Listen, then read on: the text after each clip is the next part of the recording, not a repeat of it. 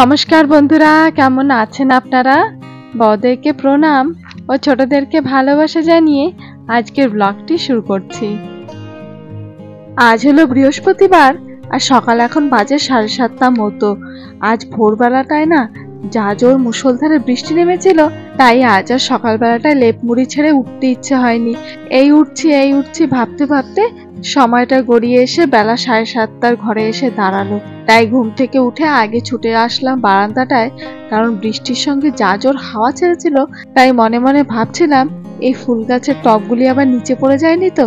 তা দেখছি না, যে যার জায়গাতেই রয়েছে। আর এই উচ্ছে গাছের চারাগুলি দেখুন কি সুন্দরভাবে তাকিয়ে আছে।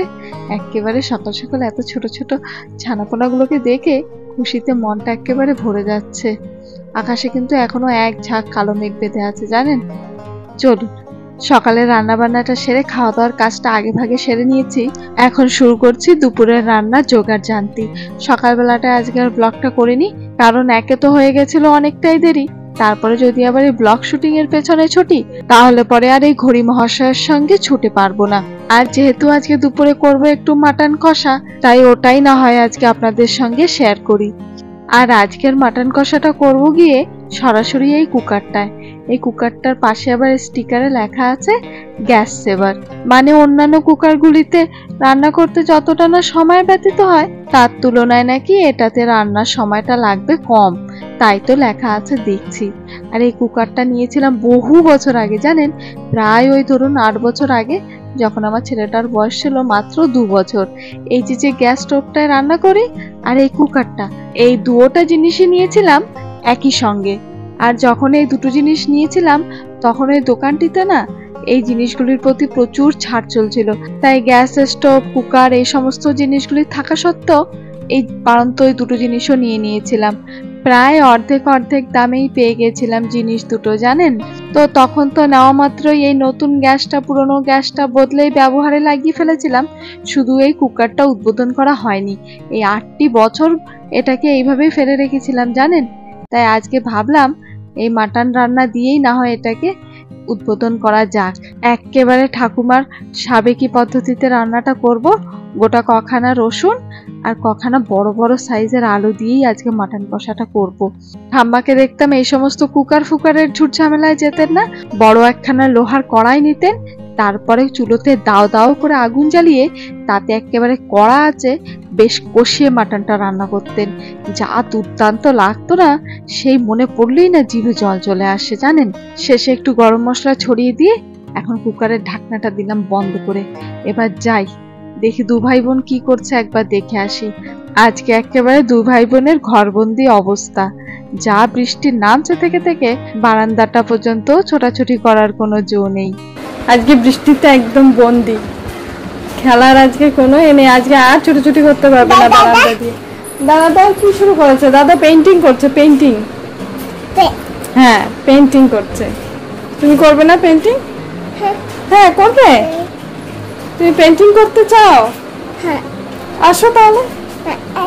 হ্যাঁ আসো আসো, তাড়াতাড়ি এসে পড়ো, তাড়াতাড়ি এসে পড়ো। দেখি দাদা কি করে। দাদার কি পেইন্টিং চলছে এখানে? ফ্রিজ ম্যাগনেট বানাচ্ছিলাম একটা। ফ্রিজ ম্যাগনেট বানিয়েছো? ওই দেখি কি করেছো। শুকাতে হবে। কোথায় দেখি? এর পিছনে পাশ রয়েছে। আচ্ছা এই পাশটাতে ম্যাগনেট লাগিয়ে চিপকেছো তাই? গেল রে। আর এগুলো কি গ্লাসে সব শরবতের মতো জল সব গুলে গুলে রেখেছে, এগুলো কি হবে? আমি সাইন্টিস্ট মতন একটু মিক্সিং করেছিলাম। আচ্ছা হ্যাঁ হয়েছে তাই? হ্যাঁ কালার কম্বিনেশন কোন কালার সঙ্গে কোন কালার মিস ম্যাচ করে তাই? হ্যাঁ। আচ্ছা মিশমি, এই যে দাদা সব ছবি এঁকে ফেললো একা। আসো, হাতে ছাঁচা লাগবে। আয় মা, কি হবে এখন? এখন আমি এটা যেরকম কি এটা ব্লু কালার এতে থাকবে, ইয়েলো কালার এটা থাকবে, ঠিক আছে? তারপরে ব্লুকে এর ভিতরে ঢালবো আর কিছু একটা রং হবে ওটা দেখো। আচ্ছা আর তুমি কি করছো? পেইন্ট? মা মা তুমি কি করছো? পেইন্ট করছো তাই? আরে বাবা কি সুন্দর পেইন্ট করছে। দেখি তো দাদা এদিকে কি এক্সপেরিমেন্ট করছে, একটু দেখি আর সবাইকে দেখাই। কি হচ্ছে? ওটা ব্লু নীল রং গুলো হচ্ছে ওতে তাই? হ্যাঁ। আচ্ছা আর ইয়েলো। ও ওটাতে হলুদ। তুমি দেখছো মিশমি? তুমি শিখছো তো?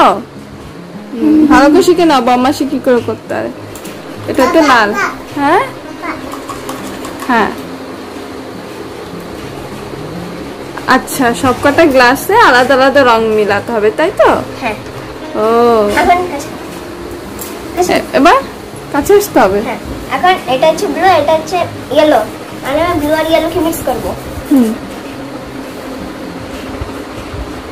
এটা হচ্ছে গ্রিন, কোথায় সবুজ আছে? এই যে এমনি গ্রিনের মতনই হয়েছে। আমি রেড, তো নীলই দেখাচ্ছে। হ্যাঁ ওই মানে গ্রিন মতন। এখন গ্রিন আর রেড মিক্স করে হবে ব্রাউন।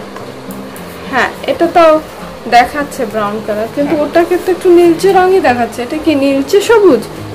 হ্যাঁ নীলচে সবুজ হয়ে গেল। কি আছে তোমার? কি চাই? হ্যাঁ তোমাকে তো ভালো রং দিয়েছে দাদা, তুমি ওগুলো দিয়ে করো। একটু রংটা একটু কাছে এনে দে, ওর খাতার সামনে এনে দে। মাছের ম দেখতে পাওয়া যাচ্ছে না। ওরে বাবা, ওটা তো মাছে, ওটা কি জল বানানো হচ্ছে? জল, ওই জলে মাছ থাকবে না? আগে জল হবে তারপরে তো মাছ আসবে, তাই না? তাই না? হ্যাঁ, জল না হলে মাছ কোথা থেকে থাকবে, তাই না মা? হ্যাঁ ঠিক আছে, মাছ বুঝেছি আমি। তুমি আঁকো দেখি। একটু জল দে ওকে। সব রং তো গুলো একরকম হয়ে গেছে। ও বাবা, ও বাবা। মাছ বানাবো। তুমি ছবি আঁকতে থাকো মিশমি। না না, পছন্দ হয়নি, ওই রংটা পছন্দ হয়নি। কি রং দিয়েছিস দাদা? ওটা ভালোই না। আবার বদলি করে নিচে ওটাই নিচ্ছে। ওই দেখ, সব রং মিলিয়ে মিশিয়ে একাকার। সব রং মিলিয়ে মিশিয়ে একাকার।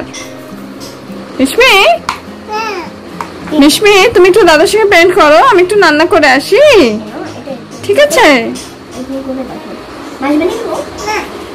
দাদা ওকে দিচ্ছে তো, দাদা করে দিচ্ছে। দাদা হাত ধরে শিখে নাও। এই তো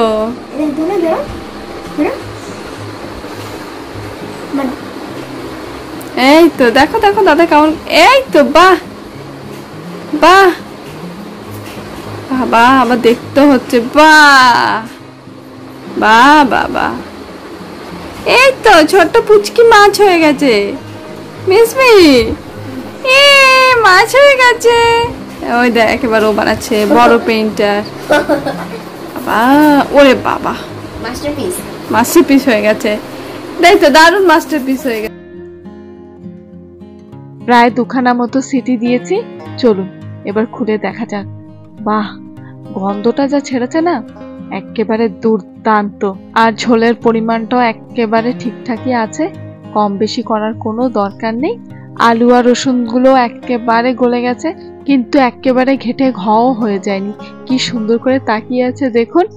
মাটন কষার না, আমার কাছে তো যেন এই দুটোই প্রাণ, জানেন তো। চলুন এবার পরিবেশন করি। রেশমি, আমার ভালো আছে? হ্যাঁ তাই? তুমি কি খাচ্ছ? হ্যাঁ কি খাচ্ছ? ভাত। আর কি খাচ্ছ? মাছ। তাই, ভাত আর মাছ খাচ্ছ? ওটা তো মাছ না, ওটা তো মাংস। এটা কি? মাংস। মাংস। আচ্ছা ঠিক আছে, মাছ, মাংস মাছ, মাংস মাছ না? হ্যাঁ খাও মাংস মাছ। হ্যাঁ খাও খাও।